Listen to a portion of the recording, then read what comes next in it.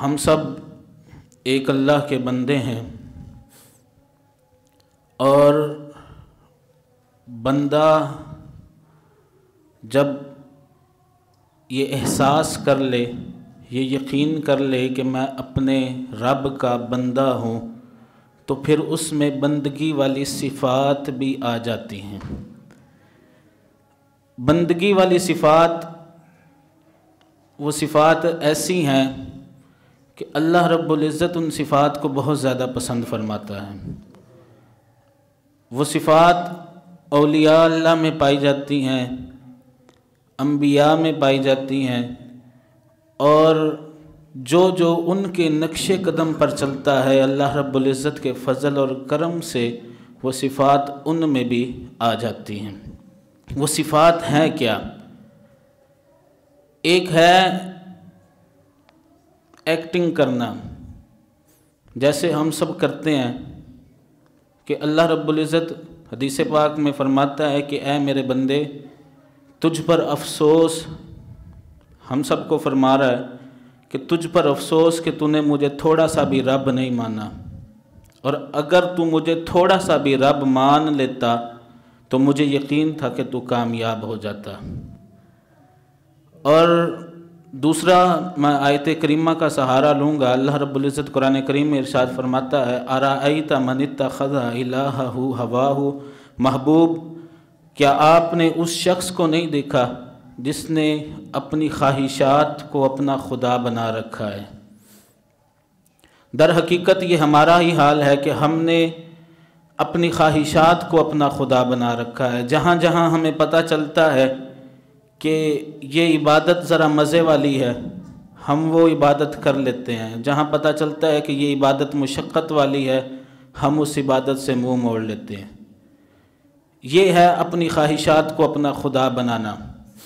ہمیں جب پتہ چلتا ہے کہ اس عبادت میں ہماری واہ واہ ہونی ہے تو ہم اس عبادت پر جو ہے، چلے میں ایک قربانی کی مثال دے دیتا ہوں۔ ہمیں پتہ ہے کہ جب میں اپنے گھر کے باہر قربانی کا جانور لا کے باندھوں گا تو میرا رب کو تو کیا خوش کرنا، ہماری نیت یہ ہوتی ہے کہ میرے محلے دار میرے قربانی کے جانور کے تذکرے کریں گے۔ ہماری نیت یہ ہوتی ہے کہ فلاں لوگ یہ کہیں گے کہ جی فلاں چودھری صاحب کا، فلاں ملک صاحب کا جو بچڑا ہے، ان کا جو بیڑا ہے وہ اتنے لاکھ کا آیا۔ ہم اور قربانی کی ایام میں ہم نے دیکھا کہ منڈیوں میں بھی رش ہوتا ہے، ہر طرف جو ہے وہ گوشت کے تذکرے اور ہوتے ہیں، اتنے مندہ جانور ہے، اس طرح اس طرح، یعنی کہ ہماری جو ہم کہتے ہیں کہ جی ہم سنت ابراہیمی ادا کر رہے ہیں، تو سنت ابراہیمی ادا کرنے میں بہت زیادہ لوگوں کی رغبت ہوتی ہے، بہت زیادہ رش ہوتا ہے۔ کیونکہ اس میں نفس کی خواہش زیادہ شامل ہو جاتی ہے، اور اس کے بدلے میں ہم دیکھیں اور اگر اس کی شرعی حیثیت دیکھیں تو سنت ابراہیمی ادا کرنا واجب ہے، اور اس کے بدلے میں اس کے برعکس نماز پڑھنا فرض ہے۔ مسجدیں خالی ہوتی ہیں، منڈیوں میں رش بھرا پڑا رہتا ہے۔ تو یہ ایک چھوٹی سی مثال تھی، ہماری ساری زندگی کی مثالیں بھری پڑی ہیں، اور جب ہم مال خرچ کرتے ہیں تو تب بھی ہم اپنے نفس کو ملحوظ خاطر رکھتے ہیں۔ تو اللہ رب العزت گلہ فرماتا ہے ارأیت من اتخذ الہہ ہواہ، محبوب آپ نے اس شخص کو نہیں دیکھا جس نے اپنی خواہشات کو اپنا خدا بنا رکھا ہے۔ ہم نے اپنی خواہشات کو اپنا خدا بنا رکھا ہے۔ اہل اللہ اللہ رب العزت کو کیسے مانتے ہیں؟ اہل اللہ، اللہ والے اللہ رب العزت کو کیسے جانتے ہیں؟ اور انہیں جب اپنی زندگی کا مقصد پتہ چل گیا، ہمیں تو آج تک اپنی زندگی کا مقصد ہی نہیں پتہ چلا۔ ہمیں تو یہی نہیں پتہ چلا کہ میرے پیدا ہونے کا مقصد کیا ہے۔ اکثر لوگ اور مسلمان جو ہے وہ جانوروں والی زندگی گزار رہے ہیں۔ جانوروں والی زندگی کیسے گزارتے ہیں؟ جانور بھی کھاتے پیتے ہیں، ہم مسلمان بھی کھاتے پیتے ہیں۔ جانور بھی بچے پیدا کرتے ہیں، ہم مسلمان بھی بچے پیدا کرتے ہیں۔ جیسی زندگی وہ گزار رہے ہیں ویسی زندگی ہم گزار رہے ہیں، تو ہم میں اور ان میں کوئی زیادہ فرق نہیں ہے۔ ہمیں تو اپنی زندگی کا مقصد ہی نہیں پتہ۔ اللہ رب العزت فرماتا ہے کہ اے بندے تیری زندگی کا مقصد یہ ہے وَمَا خَلَقْتُ الْجِنَّ وَالْإِنسَ إِلَّا لِيَعْبُدُونَ، کہ ہم نے جنوں اور انسانوں کو فقط اپنی بندگی کے لیے پیدا کر رکھا ہے۔ بندگی کیسی ہونی چاہیے، اللہ رب العزت کو ماننا اور جاننا کیسے چاہیے۔ حدیث پاک میں آتا ہے کہ قیامت والے دن چند لوگ آئیں گے، اللہ رب العزت فرمائے گا کہ ان کو جنت میں بھیج دو، وہ رک جائیں گے، وہ جنت میں نہیں جائیں گے۔ اللہ رب العزت فرشتوں سے پوچھے گا کہ فرشتوں کیا وجہ ہے یہ میرے بندوں کا گروہ جنت میں کیوں نہیں جا رہا؟ حالانکہ اللہ رب العزت جانتا ہے، لیکن یہ بات ہم تک پہنچانے کے لیے اللہ رب العزت نے استفسار فرمایا، اور حضور علیہ السلام نے یہ ارشاد فرمایا، حضور علیہ السلام نے فرمایا کہ وہ بندے جنت میں نہیں جائیں گے۔ اللہ رب العزت پوچھے گا کہ اے بندو جنت میں کیوں نہیں جاتے؟ تو وہ عرض کریں گے کہ باری تعالیٰ ہمیں عبادتیں ریاستیں اس لیے تو نہیں کی تھی کہ ہم تیری جنت کے طلبگار تھے۔